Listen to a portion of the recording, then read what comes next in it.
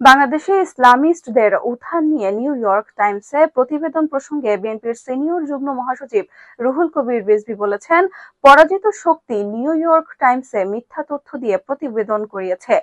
অবৈধ টাকা ব্যবহার করে পরাজিত শক্তি বাংলাদেশকে কলঙ্কিত করার চেষ্টা করছে।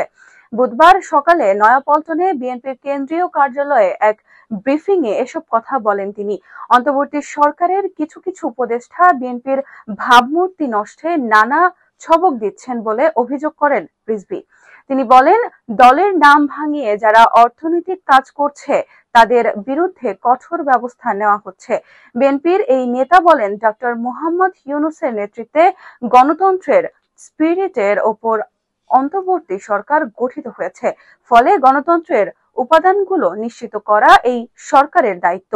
এর মধ্যে অন্যতম হচ্ছে নির্বাচন। ভোটের রোডম্যাপ ঘোষণা না হলে ষড়যন্ত্র আরো বেশি দানা বাঁধবে। এ সময় অতি দ্রুত প্রয়োজনীয় সংস্কার শেষ করে নির্বাচন দাবিও জানান তিনি আরো বলেন, বিএনপি কখনোই সংস্কারের বিপক্ষে নয়। ঐকমত্য হওয়া সংস্কার প্রস্তাবগুলো নির্বাচিত সরকার আইনীকরণ করবে।